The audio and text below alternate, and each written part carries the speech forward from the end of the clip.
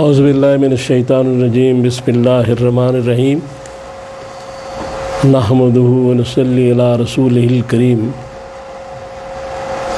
انتہائی قابل احترام سامعین و حاضرین، مجھ سے اچھے لوگوں، السلام علیکم ورحمۃ اللہ وبرکاتہ۔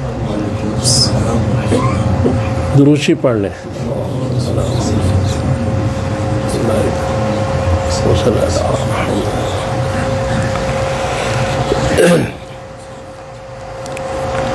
آج کے موضوع میں سورہ فاتحہ اور اس کے فضائل پہ انشاءاللہ بات ہوگی۔ اس کے بارے میں رسول اللہ علیہ وسلم کی جو ترمذی میں حدیث ہے، آپ نے فرمایا کہ قسم ہے اس اللہ کی جس کے دست قدرت میں میری جان ہے کہ سورہ فاتحہ جیسی صورت نہ تورات میں، نہ انجیل میں، نہ زبور میں اور نہ ہی قرآن میں۔ اور اس کے بعد دوسری اہم بات، یہ مکمل صورت ہے جو حضور سرور کائنات صلی اللہ تعالیٰ علیہ وسلم پہ مکمل صورت نازل ہوئی۔ اور تیسرا حدیث پاک میں ہے کہ یہ سورہ شفا ہے۔ اگر اس کو سمجھ کے، اس پہ عمل کر کے، جو اس میں آیات ہیں ان کو سمجھ کے عمل کر کے تو اس کو پڑھا جائے، اپنے اوپر دم کیا جائے کسی بیماری کے لیے، یا پانی پر دم کر کے خود پئیں، کسی کو دے دیں، تو انشاءاللہ شفا ہوگی۔ اب بات یہ ہے کہ اللہ تبارک تعالیٰ اس کلام پاک کی افتتاحی صورت میں جو افتتاحی جملہ ہے وہ یہ فرما رہے ہیں، الحمدللہ رب العالمین، کہ تعریف اور شکر اس اللہ کے لیے ہے جو سارے جہانوں کا پروردگار ہے۔ یعنی ایسے جہان، ایسی کائناتیں جو ہم دیکھ رہے ہیں یا نہیں دیکھ رہے، ہمارے علم میں ہے یا نہیں ہے، وہاں کے ہر ذرے کو پرورش جو ہے وہ اللہ تعالیٰ فرما رہے ہیں۔ اس میں جمادات بھی ہیں، نباتات بھی ہیں، پہاڑ بھی ہیں، آسمان بھی ہے، زمین بھی ہے، ساری چیزوں کی پرورش اللہ تعالیٰ فرما رہے ہیں۔ اس جملے میں یہ کہا گیا ہے، اور یہ بات بتائی گئی ہے کہ اللہ تعالیٰ جو ہے ان کی خصوصیت ہے ربوبیت، یعنی اللہ کے لیے ضروری ہے کہ مخلوق بنا کے اس کی نگہداشت بھی کرے، اس کی پرورش بھی کرے اور اس کی حفاظت بھی کرے۔ یہ اس میں بتایا گیا ہے پہلے جملے میں۔ اب اس کے بعد آپ دیکھیں کہ اگر سورہ واقعہ کی آیت نمبر 63 64 کی طرف جائیں تو وہاں اللہ تعالیٰ فرما رہے ہیں کہ یہ جو پانی ہے، یہ جو پودا ہے، یہ جو بیچتے ہو تم، یہ اگاتا کون ہے؟ تم تو بیج دیتے ہو، تو اگاتے ہم ہیں اس کو۔ نہیں، کسی شے کو بیج دینا کافی نہیں ہے، یہ بھی ان کے حکم سے بیجا جا رہا ہے۔ وہ نہ حکم دیتے تو بیجنے کی بھی ضرورت نہیں، لیکن بیج دینا کافی نہیں ہے، پھر اس کا نکلنا، اس کا اس پودے کا ایک درخت بن جانا اور اس درخت سے پھل آنا، ان پودوں سے پھل آنا، وہ اگاتا کون ہے؟ اس کی پرورش کر کے اس مقام پہ کہاں لاتا ہے جہاں سے وہ رزق آپ کو دیا جاتا ہے۔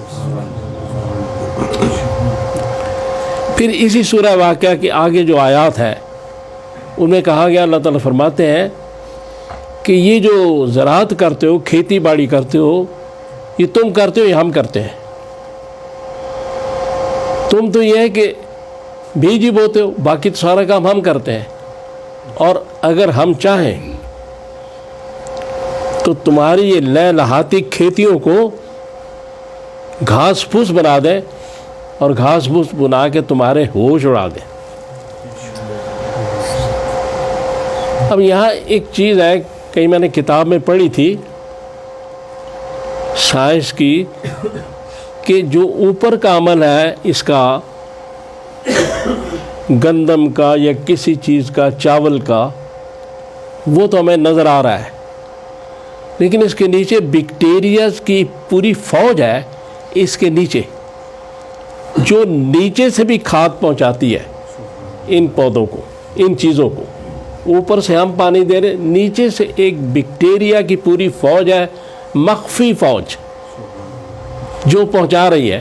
تو یہاں وہ بات کی جا رہی ہے کہ اگر ہم چاہیں تو اس بیکٹیریا کے عمل کو روک دیں تو تمہاری کھیتیاں تہس نہس ہو جائیں.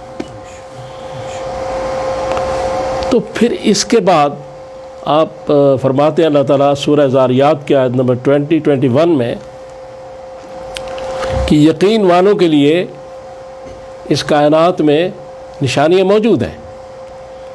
اور پھر کہتے ہیں کہ اور تم خود اپنے آپ کو دیکھو، اپنے جسم کو دیکھو، مفہوم ہے اس کا، اپنی زندگی کو دیکھو، اپنی ان چیزوں کو دیکھو، تمہارے اندر ایک پورا نظام جو ہے وہ فٹ کیا گیا ہے، جو حرکت کر رہا ہے، جو کام کر رہا ہے.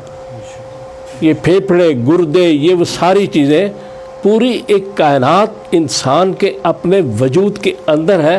اس طرف اشارہ کیا جا رہا ہے کہ اپنی ذات پر غور کرو. تو پھر کہہ دو الحمدللہ رب العالمین. جب بات یہ ہے کہ سب کچھ کر ہی ہو رہے ہیں، دے بھی ہو رہے ہیں، پانی وہ دے رہے ہیں، روٹی وہ دے رہے ہیں، اناج وہ دے رہے ہیں، کھانا وہ دے رہے ہیں، تو پھر حق تو بنتا ہے نا کہ جس کی کھائیں گے اس کی گائیں گے. تو اس لیے حق تو بنتا ہے اس کی تعریف کا. اور پھر ایک اور جگہ قرآن میں کہا گیا کہ یہ جو پانی، یہ ابھی میں نے بیان کیا ہے، جو پانی ہم برساتے ہیں کہ تم برساتے ہو، یہ جو بادل، تو اس پانی کو اگر کھارا کر دیا جائے، کڑوا کر دیا جائے تو کیا کرو گے؟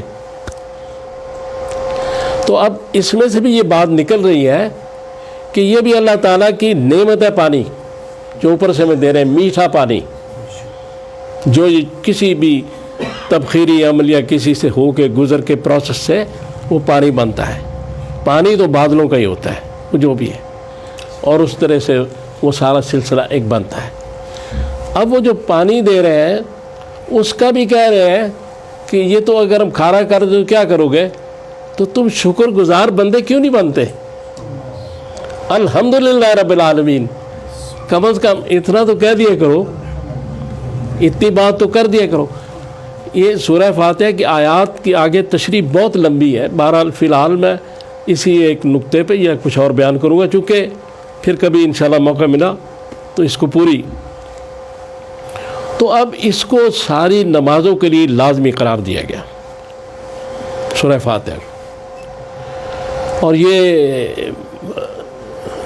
جنازہ نمازیں ہو، نماز عید کی ہو، فرض ہو، سنت ہو، نفل ہو، سب میں سورہ فاتحہ پڑھنی. لہذا اس لیے کہ اس طرف دھیان رہے کہ اللہ تعالیٰ اس میں کیا کیا بات فرما رہے ہیں. پھر آگے اپنی صفات بیان کرتے ہیں، رحمان اور رحیم، یعنی دونوں ایسی صفات ہیں کہ جن کا مقصد ہی رحم کرنا ہے. اور پھر آگے جا کے کہتے تھے مالک یوم الدین، کہ جزا سزا کا جو دن ہے قیامت کا، یہ ڈے آف ججمنٹ ہے، اس کے ہم مالک ہیں. یعنی ڈے آف ججمنٹ کا تو جج ہونا چاہیے نا. اس دن جو انصاف ہوگا، انصاف ہونا چاہیے نا، لیکن وہ کہتے ہیں ہم انصاف کے مالک ہیں. کیونکہ اللہ تبارک تعالیٰ جو ہے